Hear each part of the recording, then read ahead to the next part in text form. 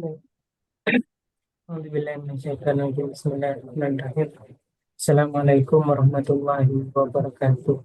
Waalaikumsalam warahmatullahi wabarakatuh. Baik Bapak Ibu sekalian, selamat pagi. Salam sejahtera bagi kita semua. Salam Om Swastiastu, Namo Buddhaya, salam kebajikan rahayu. Sebelum kita mulai acara akselerasi disertasi ini, marilah kita buka dengan lafaz basmalah bersama-sama Bismillahirrahmanirrahim. dan juga berdoa menurut agama dan kepercayaan kita masing-masing. Selanjutnya, izin sebelum ke beliau narasumber, saya akan bacakan CV narasumber dulu. Beliau Dr. Muhammadiyah SHI, MH, ID Scopusnya 59202754 300. Lahir di Sulang, Rembang, 2 Juli 1977. S1-nya Pak di Fakultas Syariah ini linear ya. Eh, karena narasumber kita ada beberapa dari PTKIN, ada beberapa di eh, PTKN juga, dan tentunya akan membawa wawasan yang sangat dalam gitu ya. S1 di Fakultas Syariah Palangkaraya Kalteng 2006, dan rumah ya Palangkaraya.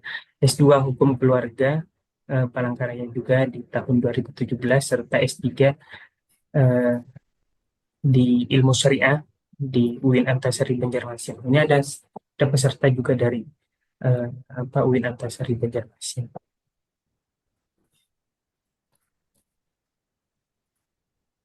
Beliau merupakan PNS atau ASN di Kementerian Agama atau PTKIN.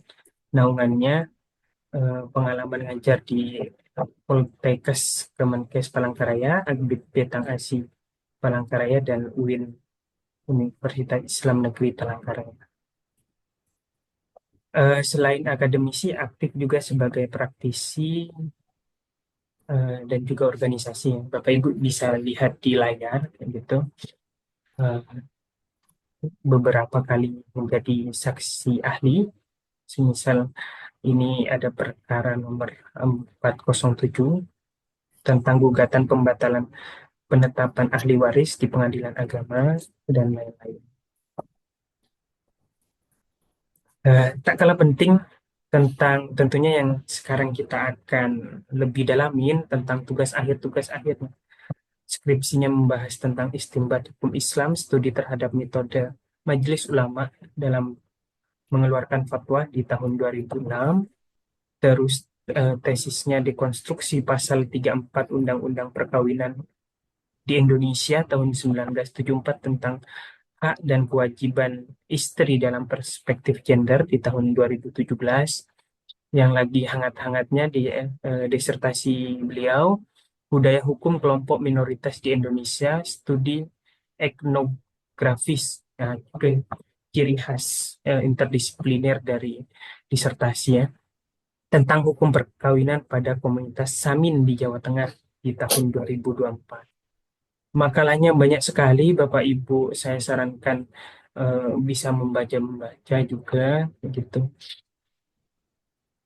Semisal terbaru tentang yang dilombakan, wanita menjadi pejabat publik dipresentasikan dalam lomba penulisan artikel dalam bahasa Indonesia tingkat mahasiswa STAIN di kegiatan Hari Kartini ke-125.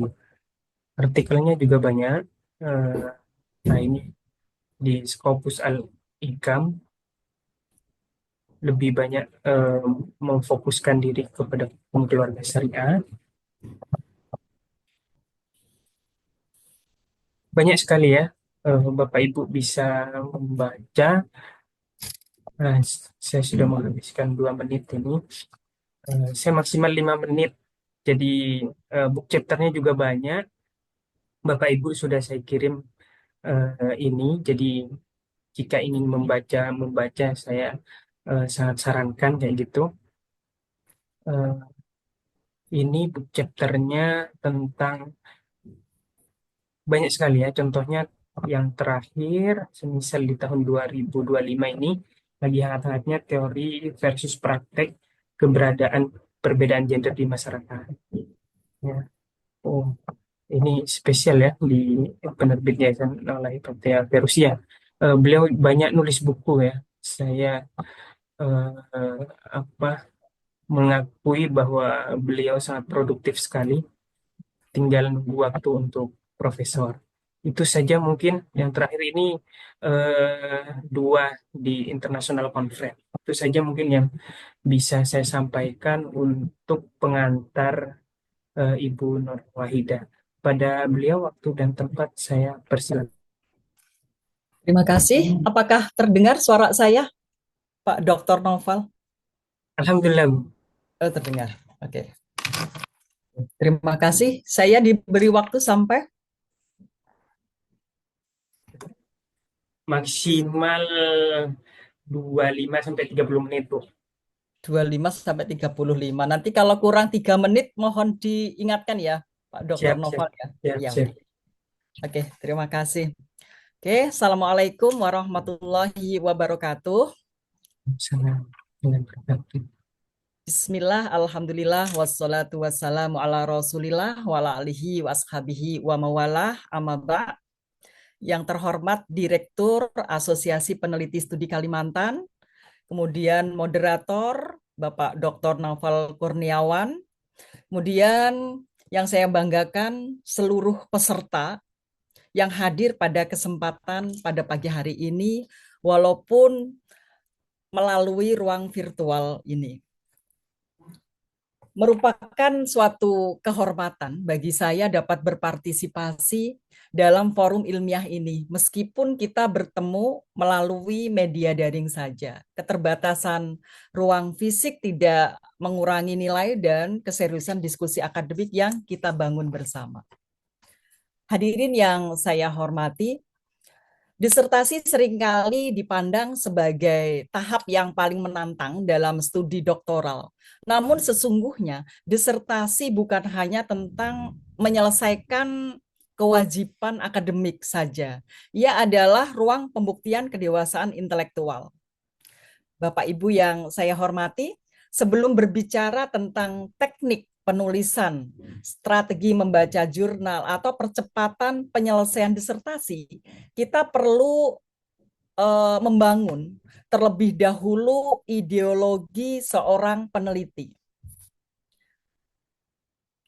Mohon ini slide-nya ya, yang kedua. Oke. Nah, ini. Jadi perlu kita membangun ideologi peneliti. Kita bangun terlebih dahulu. Saya kira tidak asing lagi Bapak Ibu sekalian dengan fondasi ini dalam filsafat ilmu, yakni ontologi, epistemologi, dan aksiologi. Ontologi menuntut kita untuk jelas tentang apa yang sebenarnya kita teliti. Dalam konteks hukum, apakah kita mengkaji norma hukum, praktek sosial, kebijakan publik, atau relasi antara teks dan realitas. Nah, epistemologi menuntut kita untuk menjelaskan bagaimana pengetahuan itu dibangun, kemudian pendekatan apa yang kita gunakan, bagaimana validitas argumentasi dijaga. Namun yang paling penting adalah aksiologi. Untuk apa penelitian ini dilakukan? Dalam perspektif keilmuan Islam, penelitian bukan hanya aktivitas intelektual, tetapi juga bagian dari amanah. Ia merupakan bentuk amar ma'ruf nahi mungkar dalam ranah akademik, menyampaikan kebenaran berdasarkan dalil dan argumentasi serta memperjuangkan keadilan melalui pendekatan ilmiah. Bapak Ibu hadirin yang saya hormati, seringkali kita membayangkan penelitian harus dimulai dari teori-teori yang besar. Ini next slide-nya. Oke. Oke. Nah, ini seringkali kita membayangkan bahwa penelitian itu harus dimulai dari teori yang besar, dari konsep-konsep abstrak yang rumit dan tinggi. Padahal sesungguhnya penelitian yang kuat itu justru dimulai dari sesuatu yang sederhana. Bapak Ibu sekalian. Namun mendasar, yaitu observasi atau mengamati lingkungan yang ada di sekitar kita. Penelitian tidak dimulai dari abstraksi yang jauh dari realitas, ia dimulai dari pengamatan yang jujur terhadap apa yang terjadi di sekitar kita. Dalam konteks hukum, misalnya kita mengamati bagaimana norma ini bekerja dalam kehidupan nyata. Kita melihat bagaimana regulasi diterapkan, bagaimana masyarakat meresponnya, dan bagaimana aparat atau institusi menjalankan kewenangannya. Dari titik inilah sering muncul ketegangan antara teks dan praktek. Apa yang tertulis dalam undang-undang tidak selalu identik dengan apa yang terjadi di lapangan. Apa yang ideal secara normatif belum tentu selaras dengan realitas sosial. Ketegangan inilah yang menjadi ladang subur bagi penelitian. Nah, dari observasi lahirlah pertanyaan. Dari pertanyaan yang baik selalu lahir dari kegelisahan intelektual terhadap realitas yang kita amati. Setelah pertanyaan dirumuskan secara jelas, barulah kita mencari teori yang relevan untuk membedakannya. Teori bukan titik awal, melainkan instrumen analisis. Grand teori tidak datang lebih dahulu, ia hadir setelah pengamatan terstruktur dan pertanyaan yang tajam terbentuk. Oke, Bapak Ibu yang saya hormati, selanjutnya, slide selanjutnya, yaitu kematangan intelektual ini. Kematangan intelektual itu tidak dibangun dalam satu malam. Ia dibentuk melalui kebiasaan yang konsisten, terutama kebiasaan membaca literatur. Literatur ilmiah yang berkualitas. Dalam studi doktoral, membaca bukan sekedar aktivitas tambahan. Ia adalah fondasi utama untuk pembentukan cara berpikir akademik. Oleh karena itu, saya menawarkan satu disiplin sederhana, namun sangat strategis, yakni membaca 3 artikel jurnal internasional bereputasi setiap hari. Perlu ditegaskan, membaca di sini bukan sekedar menyelesaikan teks saja. Yang dipelajari adalah yang pertama, struktur argumentasinya. Bagaimana penulis membangun klaim. Terus kemudian bagaimana premis disusun dan bagaimana kesimpulan ditarik secara logis. Yang selanjutnya, kedua adalah kita mengamati kerangka teoritisnya yang digunakan. Mengapa teori tertentu yang dipilih? Bagaimana teori tersebut dioperasionalkan dalam analisis? Kemudian kita mencermati metodologi yang diterapkan. Apakah pendekatan yang digunakan sesuai dengan rumusan masalah? Nah, bagaimana data dikumpulkan dan dianalisis? Yang terakhir kita fokus pada temuan. Temuan dan kontribusi. Di mana letak novelty tersebut? Apa yang membedakannya dari penelitian yang sebelumnya? Dengan disiplin seperti ini, secara bertahap akan terbentuk apa yang saya sebut sebagai intuisi akademik. Intuisi ini memungkinkan kita mengenali celah penelitian, menilai kekuatan argumentasi, dan merumuskan kontribusi secara lebih tajam. Oke, next. Oke, lanjut. Nah, ini adalah link-link jurnal internasional bereputasi dan buku dengan standar nasional dan internasional. Kalau Google Scholar mungkin kita sudah familiar semua. Nah, ini yang lain mungkin belum pernah kita cari buku, artikel yang ada di misalnya seperti di JSTOR, di Science Direct, Sage Journal, Taylor and Francis, Springer, Doats, Cambridge, Core, Wiley, Elsevier. Adapun buku bisa kita akses di Libgen, PDF Drive, Cambridge Core, Perpusnas Republik Indonesia. Nah, ini adalah link-link yang bisa kita akses. Kemudian Elsevier bisa juga kita akses untuk mencari artikel jurnal.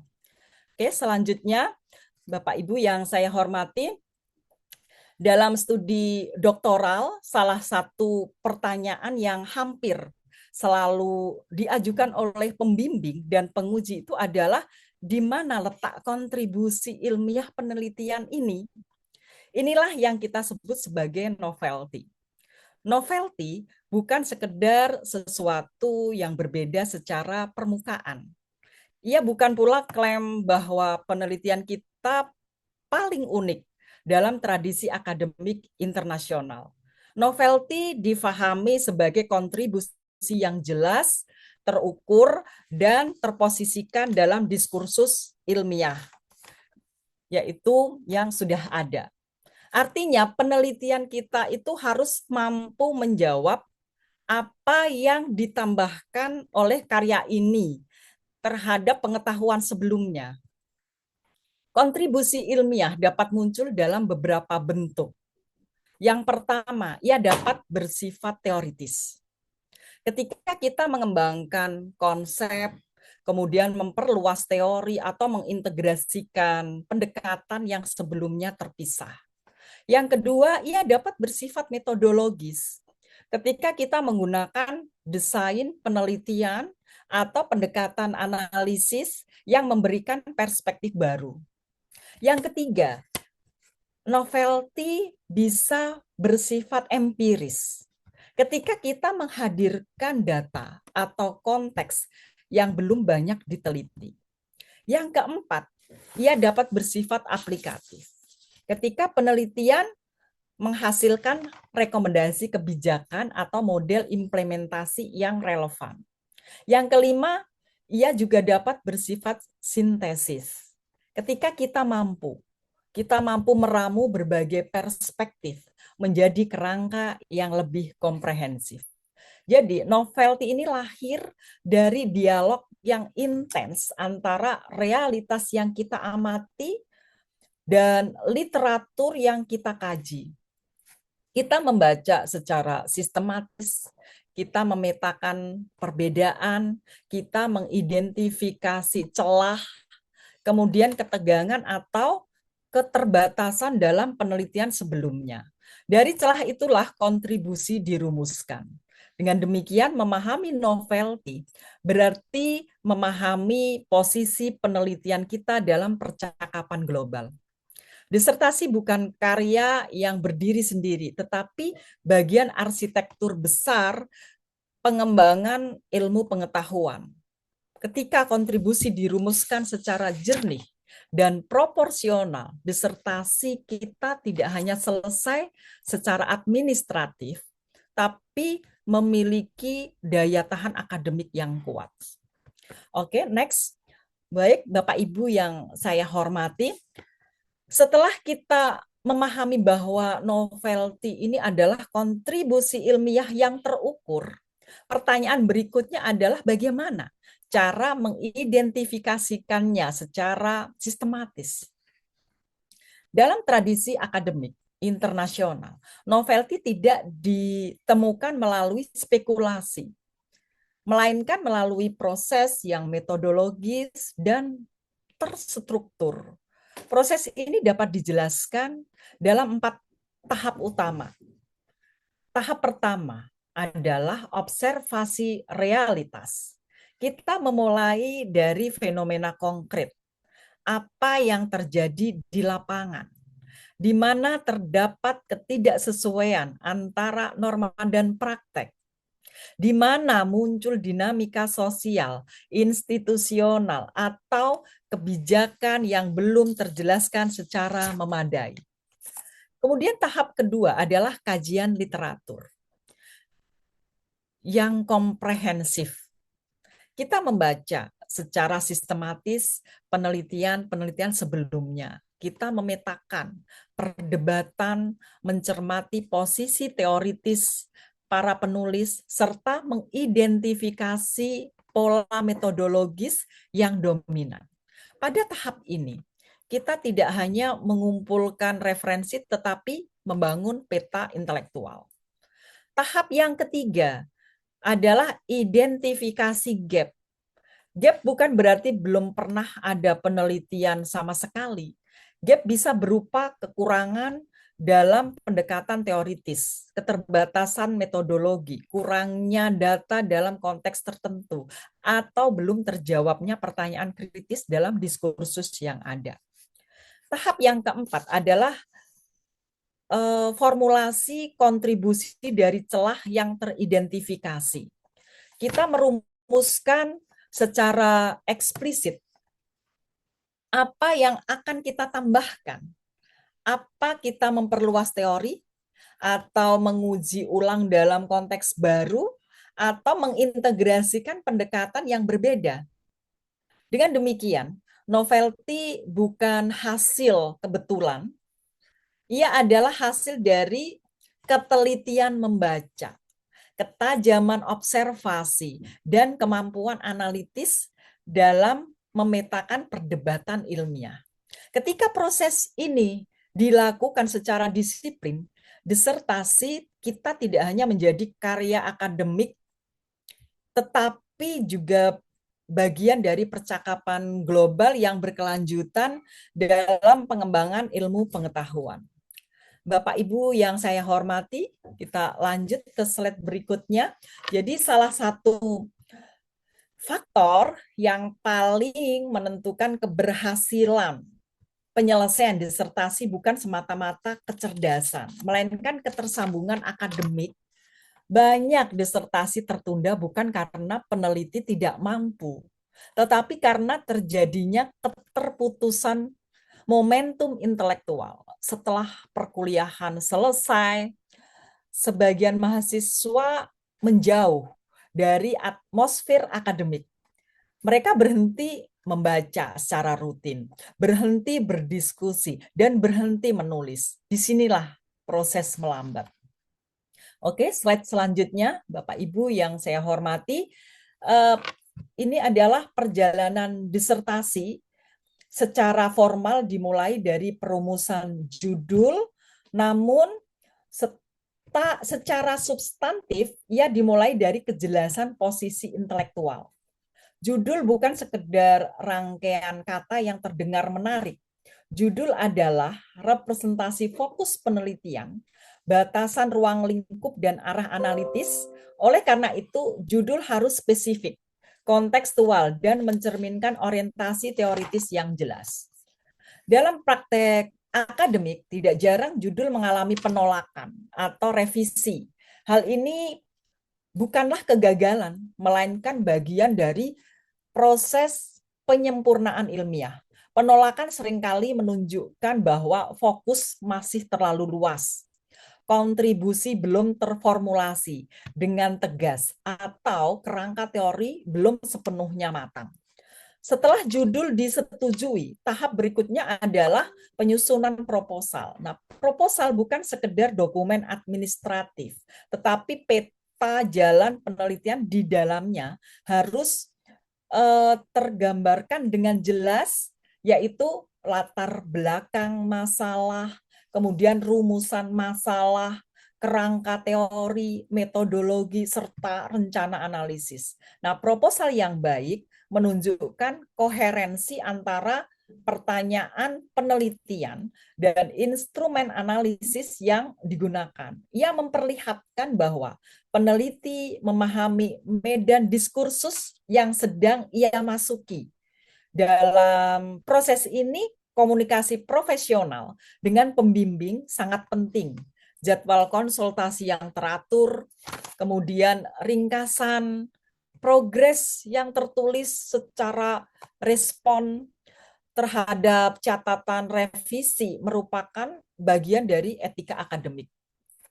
Dari judul hingga proposal yang dibangun bukan hanya dokumen, tetapi struktur berpikir. Jika struktur ini kokoh sejak awal, maka tahap-tahap selanjutnya akan berjalan lebih terarah dan efisien. Disertasi yang selesai tepat waktu hampir selalu berawal dari proposal yang dirancang dengan matang dan sistematis. Bapak Ibu yang saya hormati, next. Salah satu ciri utama disertasi yang kuat adalah penguasaan teori yang mendalam dan penggunaan pendekatan yang tepat. Dalam tradisi akademik internasional, teori bukan sekedar bagian dari bab tinjauan pustaka. Teori adalah instrumen analisis yang menentukan kedalaman dan kualitas argumentasi. Tanpa teori yang jelas, penelitian mudah terjebak pada deskripsi semata. Padahal studi doktoral menuntut analisis, bukan sekedar pemaparan. Nah, penguatan teori berarti memastikan bahwa setiap rumusan masalah memiliki lensa analisis yang relevan. Jika kita meneliti aspek normatif, maka pendekatan seperti usul fikih atau maqasidus syariah dapat menjadi kerangka analitis. Kemudian jika fokus pada regulasi dan kebijakan, teori institusional atau pluralisme hukum menjadi relevan. Yang ketiga, jika penelitian menyentuh praktik sosial, maka pendekatan sosio-legal atau living law diperlukan. Disinilah pentingnya pendekatan interdisipliner. Realitas hukum, khususnya dalam konteks hukum Islam, tidak berdiri dalam ruang hampa. Ia berinteraksi dengan faktor sosial, kemudian budaya, politik, dan ekonomi. Oleh karena itu, pendekatan yang hanya normatif seringkali tidak cukup untuk menjelaskan dinamika yang kompleks. Pendekatan interdisipliner memungkinkan kita membaca persoalan dari berbagai lapisan, normatif, institusional, sosial, bahkan transformasional. Pendekatan ini bukan berarti mencampur teori secara sembarangan, melainkan mengintegrasikan secara sistematis sesuai kebutuhan analitis. Nah, dalam standar internasional, disertasi dinilai dari sejauh mana ia mampu menunjukkan koherensi antara rumusan masalah, teori, dan metode teori yang dipilih harus benar-benar digunakan untuk membedah data, bukan sekedar disebutkan. Nah, dengan penguatan teori dan pendekatan interdisipliner yang tepat, disertasi tidak hanya menjadi karya yang komprehensif, tetapi juga memiliki daya jelajah analitis yang lebih luas dan relevan dalam diskursus global. Oke, Bapak Ibu yang saya hormati, next, selanjutnya. Jadi, salah satu kelemahan yang sering kita temukan dalam disertasi itu adalah ketidaksinkronan antara rumusan masalah dan teori yang digunakan. Padahal dalam standar akademik internasional, koherensi antara pertanyaan penelitian dan kerangka teoritis merupakan indikator utama kualitas ilmiah. Rumusan masalah bukan sekedar pertanyaan umum. Ia adalah titik fokus analisis. Oleh karena itu, setiap rumusan masalah harus memiliki instrumen teoritis yang jelas untuk membedahnya.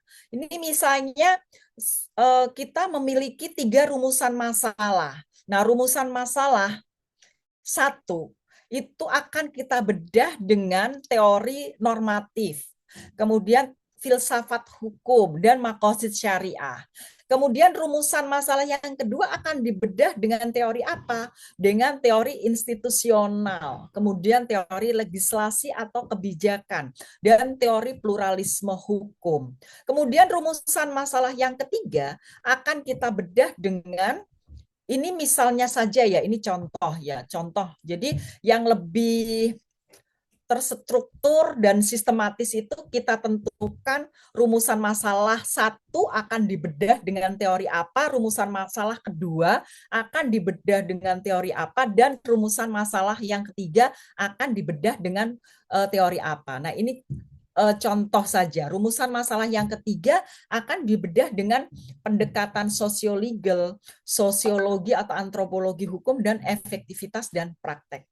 Ini akhirnya nanti mendapatkan sebuah kontribusi terintegrasi melalui peta analisis yang jelas. Next, kalau masih ada waktunya. Nah, ini Bapak Ibu hadirin yang saya hormati, menyusun judul dan rumusan masalah. Ini sangat penting juga. Karakteristik judul itu yang pertama adalah spesifik dan tidak generik. Kemudian kontekstual, siapa, ruangnya di mana, tempatnya di mana, kemudian aktornya, kapan, itu perlu kita tentukan. Kemudian mencerminkan orientasi teoritis dan mengisyaratkan kontribusi ilmiah. Terus kemudian karakteristiknya rumusan masalah. Rumusan masalah karakteristiknya adalah yang pertama analitis, bukan deskriptif. Kemudian terukur dan dapat diuji selaras dengan teori dan metode dan mengarahkan struktur bab analisis. Jadi formula praktisnya adalah isu plus lensa teori plus konteks. Ini adalah bagaimana cara menyusun judul dan rumusan masalah. Next, kalau masih waktunya, moderator ya. Nah, ini saya rumuskan strategi CCTES untuk framing publikasi karena kita disertasi kan arahnya juga akan kita publikasi. Ini strategi CCTES. Bagaimana judul kita itu menarik, maka menggunakan strategi CCTES. CCTES, C-nya change, yaitu mengandung unsur perubahan atau transformasi. Kemudian kontroversi, yaitu mengandung unsur perdebatan atau konflik interpretasi. Kemudian tren, pola naik turunnya, misalnya otoritas, usia, kepatuhan. Yang tren saat ini apa? Nah, itu juga sangat menarik. Kemudian emergensi. Emergensi ini urgensi, krisis. Misalnya kemarin kita sempat pernah ada COVID-19, itu kan termasuk unsur E-nya ini, emergensi. Kemudian unsur solution. Nah, solusi konseptual atau kebijakan. Ini adalah rumus bagaimana judul kita itu dalam menarik dalam framing publikasi internasional bereputasi. Nah, relevansi dan ketegangan intelektual meningkatkan peluang diterima. Next. Oke, kalau masih ada waktu. Nah, ini. Kemudian penggunaan AI secara bertanggung jawab, karena kita tidak bisa lepas dari apa yang namanya AI, artificial intelligence. Penggunaan yang dibenarkan misalnya, menyusun kerangka dan struktur tulisan, kemudian mengklarifikasi alur argumentasi, kemudian memperbaiki bahasa akademik, membantu merumuskan pertanyaan penelitian, simulasi umpan balik. Nah, penggunaan yang tidak dibenarkan itu menyerahkan analisis sepenuhnya kepada artificial intelligence atau AI. Kemudian menggunakan referensi tanpa verifikasi. Nah, referensi yang saya berikan tadi, link-link tadi seperti Cambridge, Doats, Elsevier, itu tadi bisa Bapak Ibu mencarinya di situ karena itu sudah terverifikasi dan itu merupakan jurnal internasional bereputasi. Karena kadangkala kita itu menggunakan referensi apa yang dikasihkan AI secara membabi buta, apa yang dikasihkan AI langsung kita pakai. Nah, itu tidak dibenarkan. Menyalin keluaran AI tanpa telaah kritis. Nah, terus kemudian menggantikan orisinalitas pemikiran penulis. Nah, ini prinsipnya adalah tanggung jawab akademik tetap berada pada penulis. Next. Oke. Nah, ini kerangka prompt akademik yang efektif. Nah, konteks keilmuan, bidang dan fokus dan riset. Karena AI ini adalah sebuah mesin. AI sebuah mesin. Jadi perlu ada, kalau istilah jual beli itu ada kayak seperti akad akad jual beli. Nah, kita dengan AI juga perlu ada akad. Misalnya saya adalah seorang akademisi dan dia juga seorang akademisi juga gitu. Bidangnya apa, fokusnya riset apa, itu ada akadnya dulu. Jadi dia memposisikan diri sebagai akademisi, bukan sebagai mesin. Itu konteks keilmuannya dulu. Kemudian peran AI, misalnya akademisi senior, reviewer. Nah, itu kita sebutkan, posisikan dirimu sebagai akademisi senior atau reviewer pada jurnal internasional bereputasi gitu. Kemudian instruksi tugas, output yang diharapkan itu apa? Itu kita sebutkan. Spesifikasi format, struktur dan sistematikanya, standar bahasa, formal dan konsisten. Nah, batasan etik, verifikasi integrasi dan originalitas. Ini adalah prompt akademik yang efektif yang bisa kita gunakan. Jadi prompt yang presisi menghasilkan keluaran yang lebih berkualitas. Next, kalau masih ada waktunya. Nah, ini contoh prompt akademik yang siap pakai, misalnya untuk perumusan judul. Kan asumsikan peran sebagai akademisi senior dalam bidang hukum Islam interdisipliner. Ini karena saya hukum Islam interdisipliner ya. Nanti disesuaikan dengan fokus Bapak Ibu sekalian.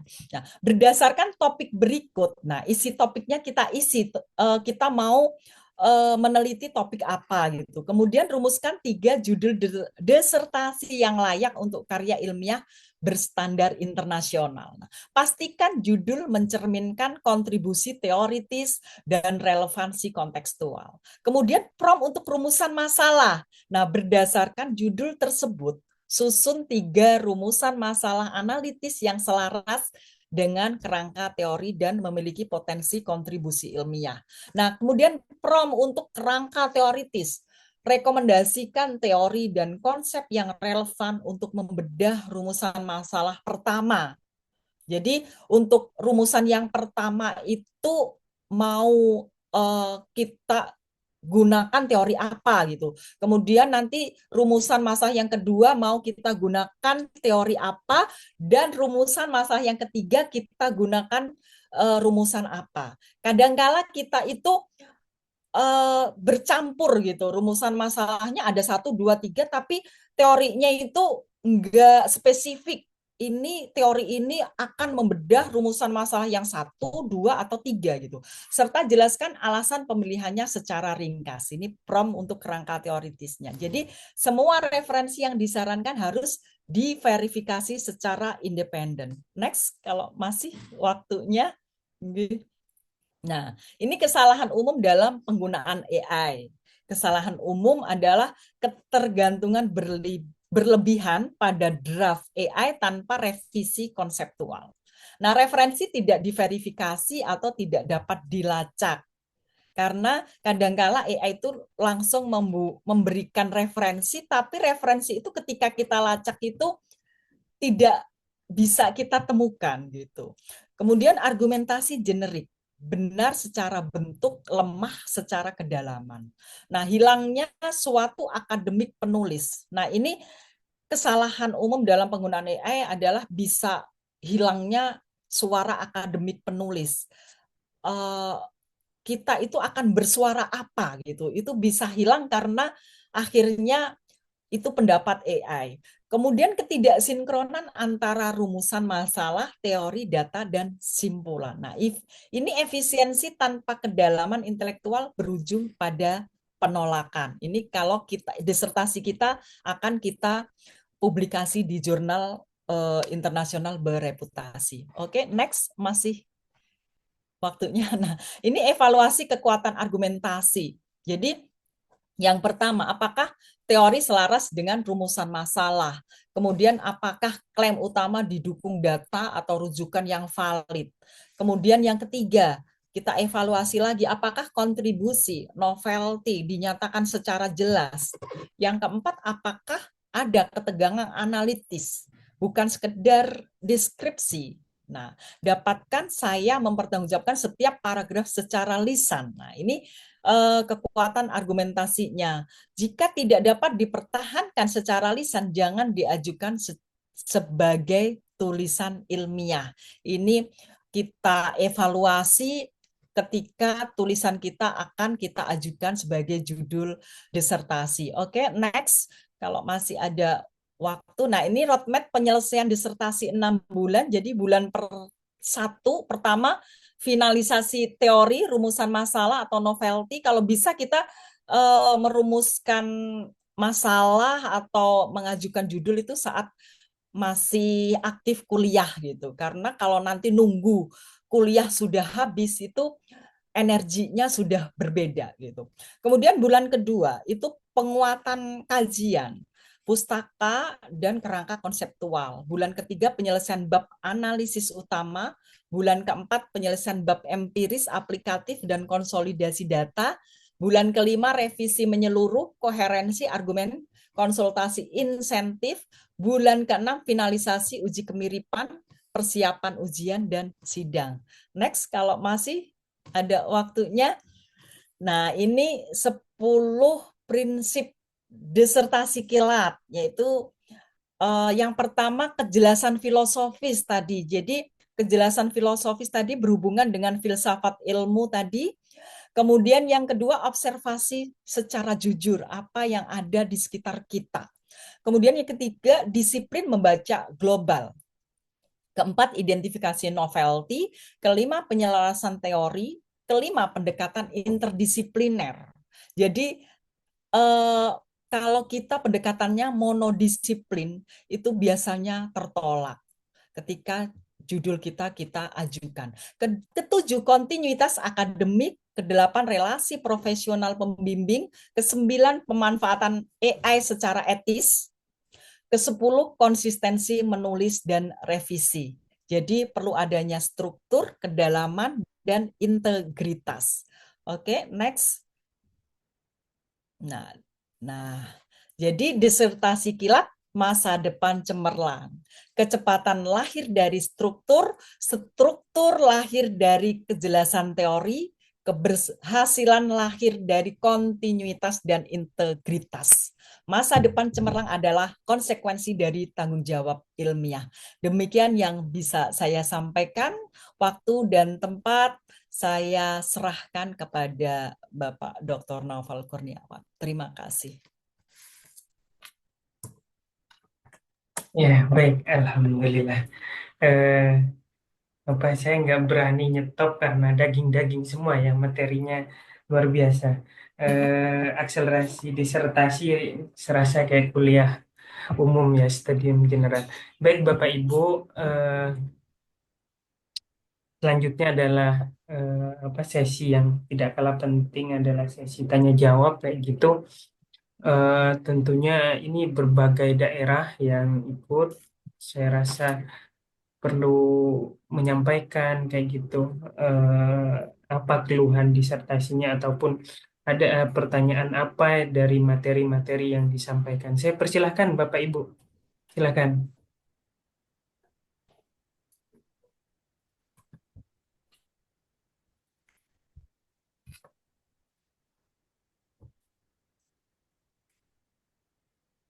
Ya baik Pak Muhammad Imam Hidayat, saya persilahkan.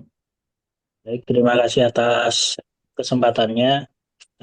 Perkenalkan saya Muhammad Iman Hidayat. Kebetulan kami dosen kimia di Politeknik Angkatan Darat.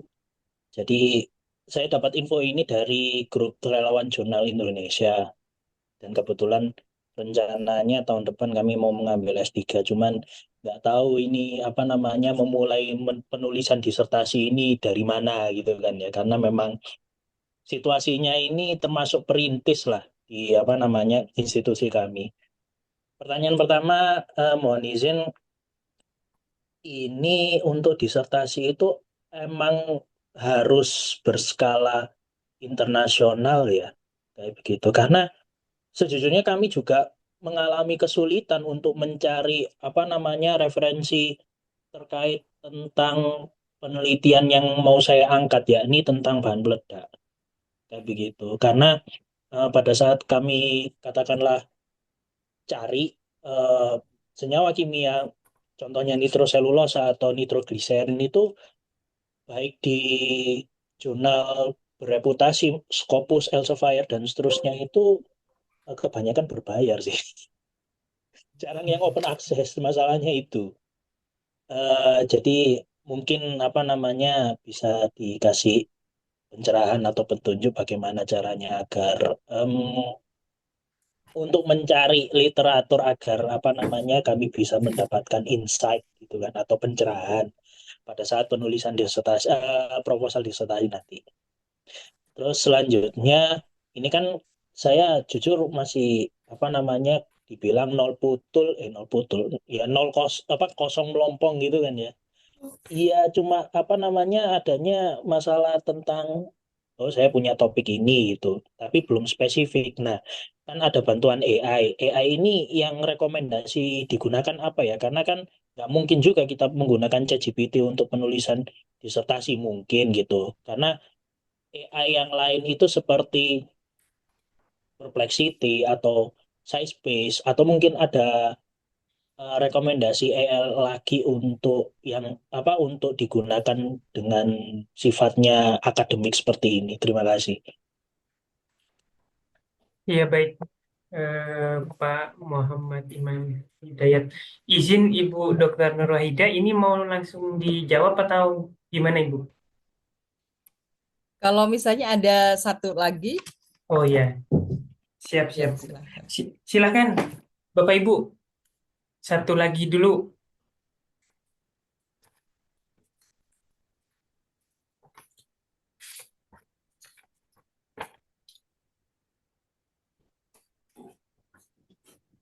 Bu Ratna, Pak Narendra, Bu Mida, dan lain-lain silakan.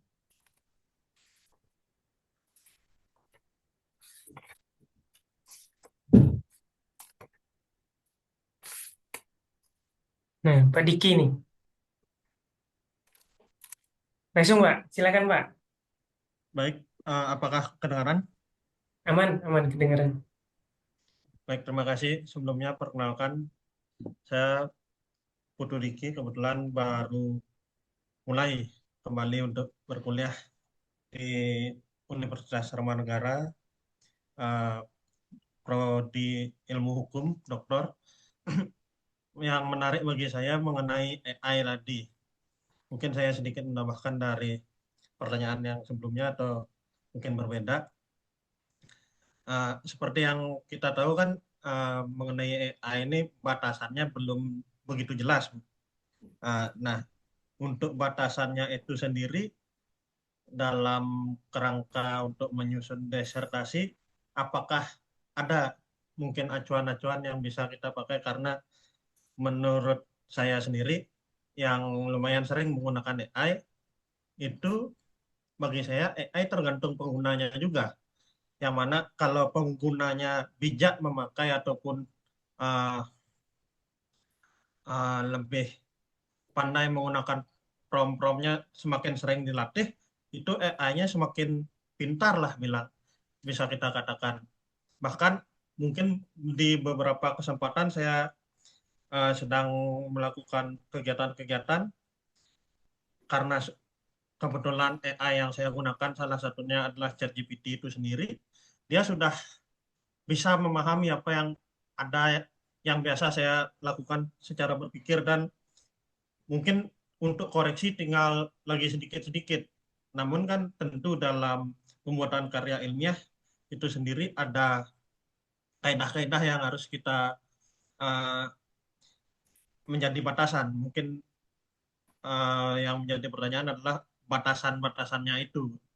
Karena itu kan menurut saya itu sangat masih belum jelas.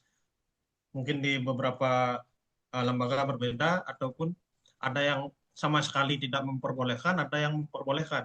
Mungkin itu. Terima kasih.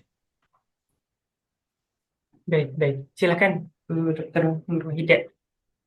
Oke, oke, terima kasih. Sangat bagus sekali pertanyaannya. Yang pertama dari Pak Imam Hidayat. Ya, Pak Iman Hidayat. Nah, beliau akan masuk S3. S3 di bidang angkatan darat ya, Pak Iman ya. Ya, saya ambil S3 ilmu kimia sih, Bu, sebenarnya. Ilmu kimia. Oke, oke, Ya, oke, oke. ya Oke. kebetulan memang apa namanya ditempatkan di Politeknik Angkatan Darat, di mana ini emang baru meluluskan berapa Politeknik. angkatan ini, D4-nya. Oh, Belum baru baru 6 angkatan. Ha. oke, oke, oke. Ya, oke. Bagus sekali. Jadi ilmu kimia ya yang akan diambil. Itu sangat bagus. Itu saya sering mengikuti dari Prof. Bagus Mulyadi kalau nggak salah ya. Itu beliau adalah profesor matematika kalau nggak salah itu di UK, profesor di UK. Itu beliau juga menggunakan interdisipliner. Jadi untuk melakukan disertasi itu sudah tidak bisa lagi kita menggunakan pendekatan monodisipliner. Artinya pendekatan dulu yang kita tentukan. Misalnya tadi kan bahan peledak misalnya. Berarti bahan peledak ini karena saya bidang saya bukan kimia ya ini, tapi secara umum general saja ya, secara general.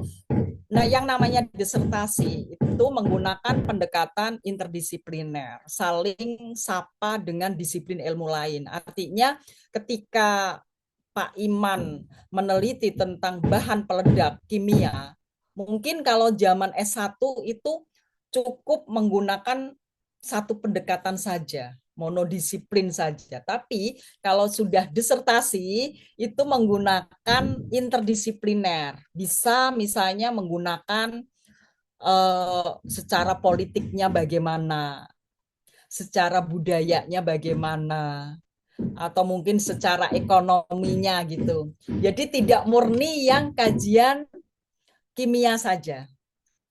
Walaupun yang secara prosentase yang besar itu kimia gitu. Prosentase yang besar kimia, akan tetapi interdisiplinernya kita sambungkan dengan disiplin-disiplin ilmu yang lain gitu. Oke. Jadi secara politiknya bagaimana, misalnya ada di Palangkaraya yang seorang anak itu tidak mau hormat bendera misalnya. Ketika ya karena yang dihormati ketika pas ditanya kenapa tidak mau upacara. Karena yang dihormati hanya Allah Subhanahu wa taala. Nah, itu alasannya seperti itu. Nah, ketika ditelusuri lebih jauh, sekalinya orang tuanya membuat bom. Nah, itu. Nah, berarti kan orang tuanya membuat bom ini ada hubungannya dengan politik mungkin. Terus ada hubungannya dengan hukum Islam. Kan menganggap bahwa negara ini tidak sesuai dengan hukum Islam mungkin menurut ini. Nah, itu artinya seperti itu. Ini yang kasus yang memang saya amati ya.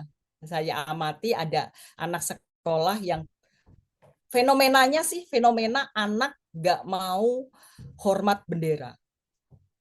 Fenomena yang kita amati. Nah, fenomena anak nggak mau ikut bendera ini kan berarti dia punya teologi apa, teologi apa yang dibangun, doktrin apa yang dibangun dari orang tuanya. Nah, ditelusuri sekalinya orang tuanya di rumah membuat bom gitu. Nah, berarti membuat bom itu kan kimia gitu ya. Ya, Ya, betul. membuat bom kimia ya. Tapi kan ada hubungannya dengan hukum Islam, ada hubungannya dengan politik, ada hubungannya dengan, nah itu maksudnya interdisipliner seperti itu. Nah, kemudian tentang AI tadi, tentang AI, kalau saya sih merekomendasikan, kalau saya pribadi itu menggunakan ChatGPT yang plus, yang berbayar, yang $20 sebulannya. Ya, sebulannya $20 itu saya gunakan, akan tetapi kalau referensinya tetap saya mencarinya yang link-link saya kasihkan tadi, yang saya tampilkan tadi, seperti kayak Elsevier, Cambridge gitu. Nah, kalau pingin yang Gratis, yang gratis itu misalnya Gestor itu di samping kiri paling bawah itu kan ada konten I can access. Nah, itu kita klik. Otomatis itu gratis. Itu gratis, tidak berbayar. Ya, konten I can access. Kemudian yang dead itu kita isi, misalnya pingin 10 tahun terakhir ya kita isi from 2016 to 2026. Misalnya kalau pingin 10 tahun terakhir. Kalau pingin 5 tahun terakhir berarti 2021 sampai 2026 gitu. Kalau Cambridge itu juga ada agak atas tuh sebelah kiri juga. Nah, itu kita pilih yang open access. Kita klik kayak gitu. Nah, kalau kita klik, nah itu dapatnya kita gratisan-gratisan. Itu sangat banyak sekali di situ. Kalau penggunaan AI tetap punya etika, kita punya etika, dan ketika kita promptnya benar itu nanti keluarannya juga bagus, dan itu ketika sudah itu mendapatkan sebuah kesimpulan itu tetap adalah karya kita, bukan penulis pertamanya bukan AI gitu. Itu untuk Pak Iman Hidayat. Kemudian untuk Pak Diki tadi prodi ilmu hukum, nah bagaimana menggunakan AI ChatGPT. Tadi Pak Diki juga sudah sering menggunakan AI ChatGPT juga. Nah, apakah Pak Diki ini menggunakan yang gratisan atau yang berbayar? Karena itu mempengaruhi juga. Mempengaruhi juga. Kalau yang ChatGPT yang plus itu kan ada Scholar AI-nya, ada size space. Nah, itu tadi kan disebutkan juga oleh Pak Diki. Akan tetapi memang ada sebuah universitas yang nggak membolehkan sama sekali misalnya. Tapi kalau secara internasional, kebanyakan universitas sekarang sudah memperbolehkan. Karena walaupun tidak diperbolehkan, mahasiswa untuk saat ini kebanyakan juga sudah menggunakan AI karena itu adalah itu nggak bisa kita bendung, namanya perkembangan zaman, terus ini tidak bisa kita bendung penggunaan AI tersebut, tergantung ke kita juga etikanya. Terus untuk referensinya saya rekomendasikan untuk mencari yang link yang saya berikan tadi.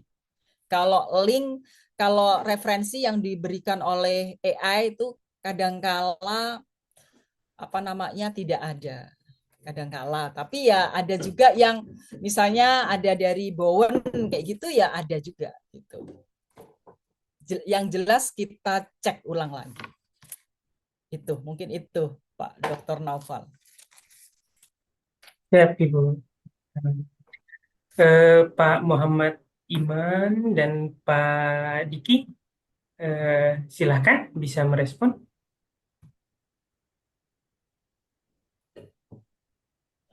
Baik, terima kasih atas penjelasannya. Mungkin nanti kami coba saran-saran dari uh, Bu Nur Wahidah sebagai narasumber seperti itu.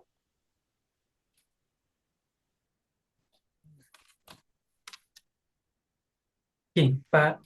Ada lagi Pak Iman? Cukup. Enggak, itu saja sih karena saya juga ini sambil buka Science Direct sama JSTOR ini buat mencari lagi artikel-artikel jurnal biar saya mendapatkan pencerahan lah kayak gitu. Oh iya, iya. Langsung maksudnya langsung saya praktekkan ini. Iya, pakai kata kunci ya Pak ya. Kata kuncinya menggunakan berbahasa Inggris kan tentunya. Ya, enggak masalah. Nggih. Di bahasa Inggris kan dulu. Banyak Pak, saya coba lihat kimia peledak ini banyak. Nah, itu banyak tuh. Nah, itu yang paling bawah Pak Dr. Naufal itu kan ada konten I can access tuh.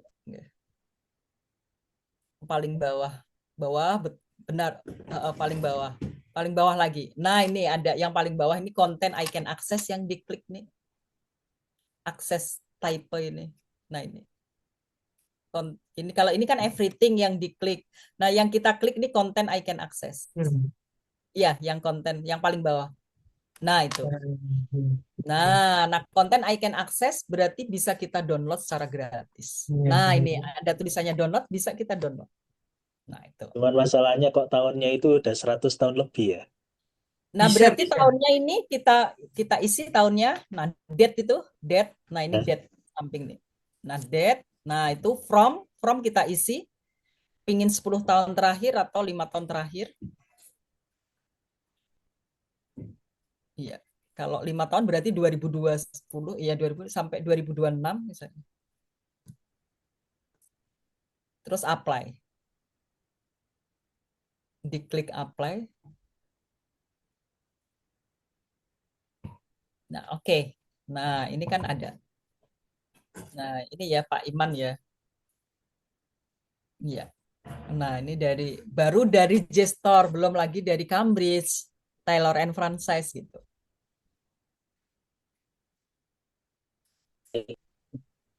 baik, terima kasih. Nah, ini Iya, juga apa namanya buka Science Direct Masihan.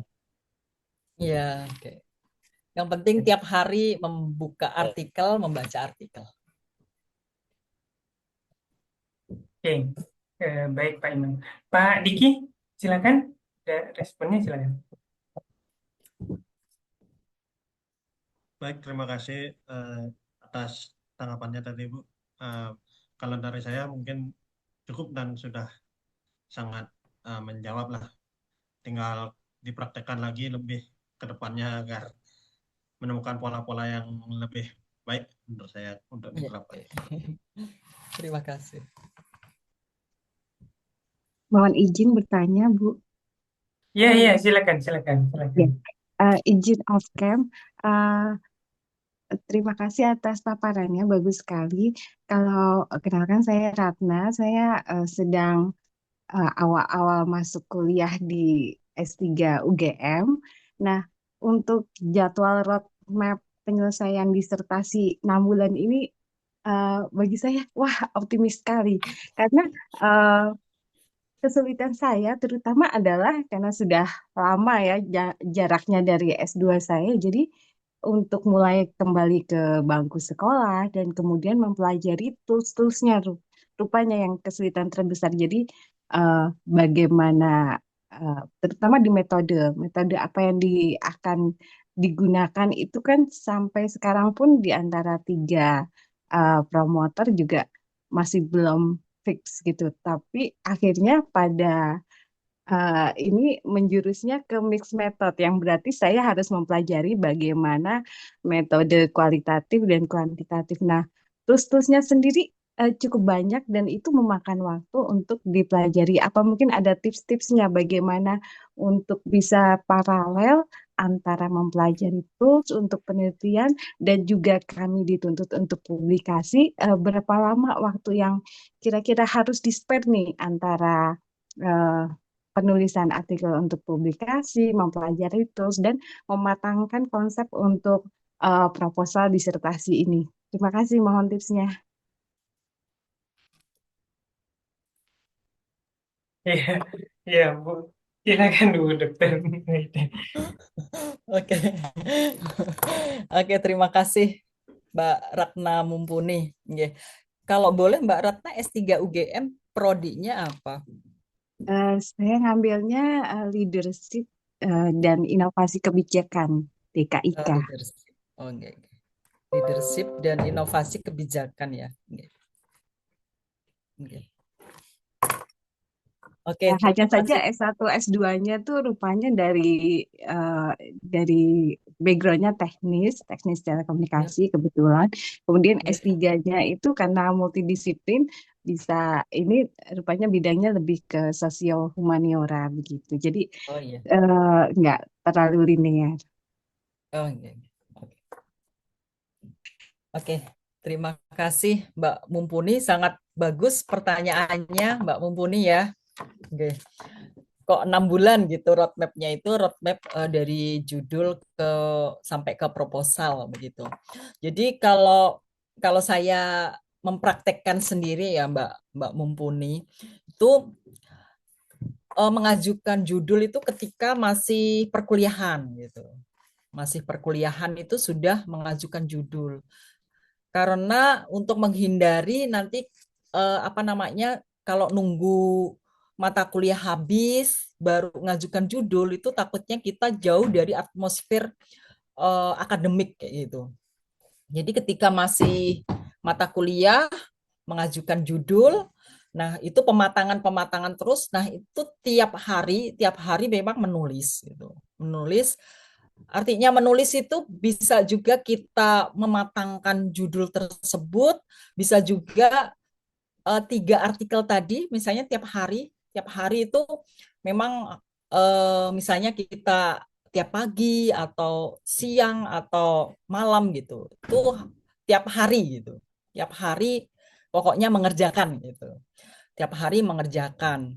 Nah kemudian kalau metodenya itu tadi kan Mbak Mumpuni mau metode mix methods ya. Mix method kan artinya kan kuantitatif dan kualitatif. Kuantitatif dan kualitatif. Artinya eh, ini memadukan dua metode sekaligus. Nah, ini juga saya belum pernah apa namanya melakukan mix method ini juga gitu. Kalau penelitian saya itu kan etnografi.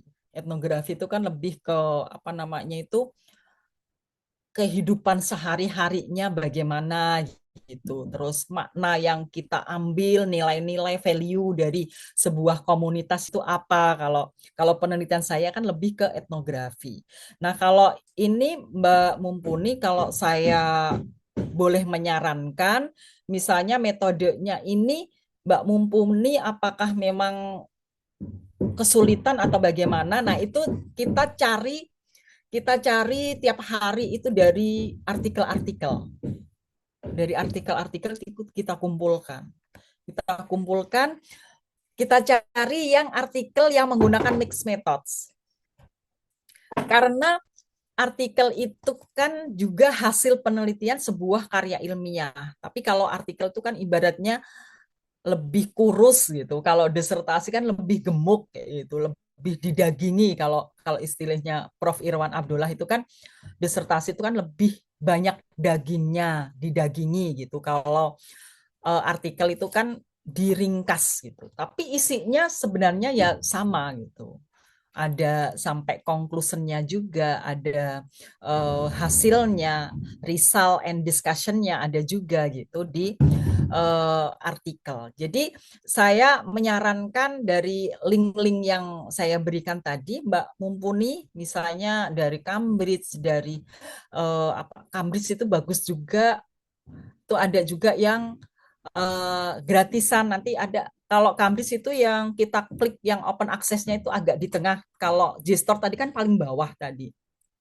Di Cambridge itu kalau misalnya kita nggak pingin yang berbayar, cari yang gratisan di Cambridge gitu. Yang penting misalnya kita menggunakan kata kunci mixed methods gitu. Nanti kan muncul. Nah, itu kita pelajari.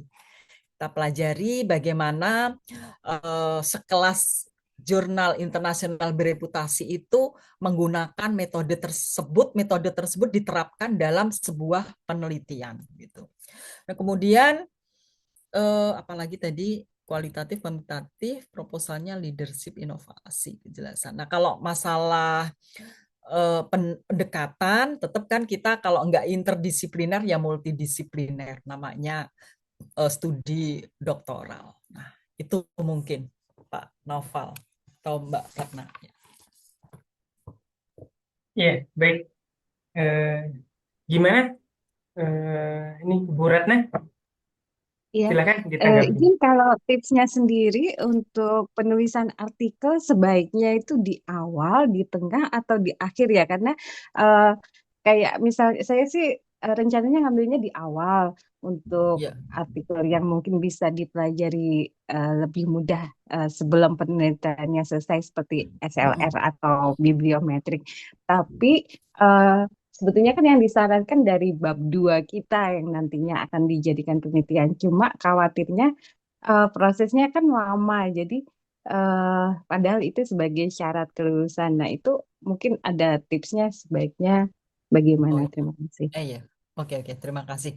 Kalau ini tips kan kembali ke saya ya, Mbak Ratna ya. Kalau saya kemarin itu ketika sudah mau kalau ujian saya itu kan 4, ujian proposal, kemudian ujian kualifikasi, ujian tertutup, dan ujian terbuka. Nah, saya mengajukan artikel itu di saat mau ujian kualifikasi.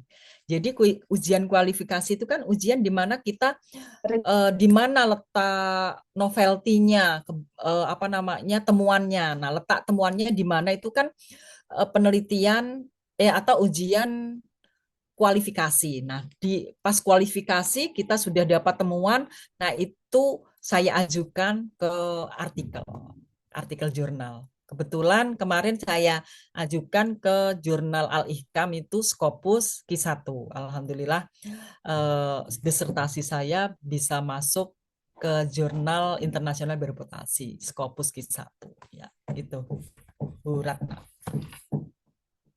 Nggih, hatur nuwun. Oh nggih nggih. Oke, siap Bapak Ibu. Ada lagi yang mau bertanya? Bapak Ibu, gimana?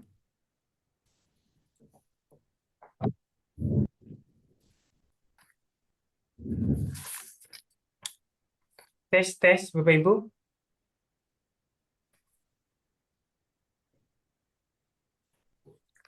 Atau cukup dulu, Bapak Ibu? Aman? Oke. Eh, ya, mungkin cukup dulu ya, Bapak Ibu. Emang disertasi ini bobotnya tinggi sekali dalam artian berpikir kerasa ya Bapak Ibu. Jadi jangan terlalu lama kayak gitu. Yang penting tadi apa yang sudah disampaikan oleh beliau, Ibu Dr. Nur Wahida, eh, bisa diterapkan langsung tentang habit disiplin literatur global itu kayak gitu. Eh, Mungkin itu yang bisa saya sampaikan sebelum saya tutup dan dokumentasi eh, kepada Ibu Dr. Nur Wahida. Mungkin closingnya Bu dan motivasi ini Bu. Kadang di di perjuangan disertasi ini peserta nih di berbagai Indonesia nih. Tadi ada yang Bali, ada yang ada yang kuliah di UGM, ada yang kuliah di Sulawesi, Kalimantan dan lain-lain. Mohon motivasinya, pencerahannya Bu. Silakan Bu. Oke. Terima kasih Pak Dr. Naufal. Mungkin saya itu nggak muluk-muluk, kalau motivasinya. Yang sering saya motivasi adalah kerjakan tiap hari, gitu. Kerjakan tiap hari. Pokoknya tiap hari ngerjakan. Dan kita itu kan multi peran, gitu. Kita multi peran, artinya peran kita sebagai seorang ibu, peran kita sebagai anak, peran kita sebagai pekerja, kalau bekerja mungkin peran kita sebagai anggota masyarakat, peran kita sebagai anggota organisasi masyarakat. Nah, peran-peran itu sangat banyak kita. Terus kita ketambahan lagi peran sebagai mahasiswa doktoral. Itu ketambahan peran itu. Nah, itu jadikan ranking 1 itu adalah peran sebagai mahasiswa. Ya. Yang kita jadikan ranking 1 adalah peran sebagai mahasiswa tanpa mengabaikan peran-peran yang lain. Tanpa mengabaikan peran-peran yang lain, tapi harus kita nominasi ranking 1 adalah peran sebagai mahasiswa doktoral. Dan pas bangun pagi kita ngomong kepada diri kita, saya adalah mahasiswa dan saya harus mengerjakan disertasi secara cepat. Nah, itu nggak muluk-muluk, itu saja Mas Noval yang saya berikan tipsnya. Siap, Ibu. Jadi kerjakan tiap hari, ya kerjakan tiap hari, dan tiap pagi kita katakan diri kita, saya adalah mahasiswa, saya harus menyelesaikan disertasi dengan cepat. Nah, itu. Terima kasih, itu, Pak Dr. Nova. Ya, Ibu. Eh, itu luar biasa sedikit sih, tapi itu apa penting sekali Bapak Ibu. Mungkin Iya, itu apa yang bisa eh, kita diskusikan kayak gitu. Eh, apa Bapak Ibu izin bisa on cam kamera untuk press release. Saya izin ambil gambar 2 menit.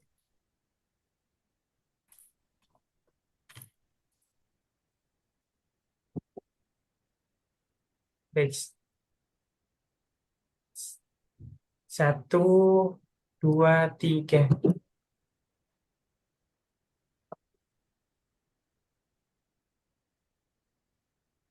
Bebas. 1, 2, 3.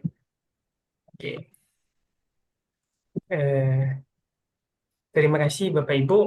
Kita tutup dengan berdoa menurut agama dan kepercayaan kita masing-masing. Berdoa dimulai.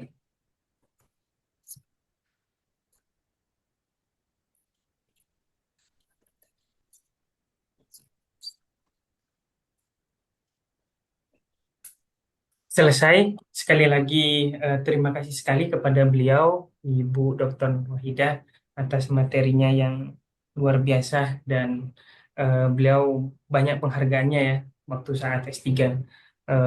Apa disertasinya Q1 akan mendapatkan apa terbaik ya dan seterusnya. Saya apa kita bisa mencontoh beliau lah kayak gitu. Itu saja mungkin yang bisa kita diskusikan. Kurang lebihnya saya mohon maaf. Assalamualaikum warahmatullahi wabarakatuh. Selamat pagi menjelang siang Bapak Ibu. Waalaikumsalam warahmatullahi wabarakatuh. Waalaikumsalam Waalaikumsalam. warahmatullahi wabarakatuh. Terima kasih. Ya, sama-sama. Terima kasih semua. Izin live, Pak Dr. Naufal dan Siap, yang lain. siap, siap. Oke.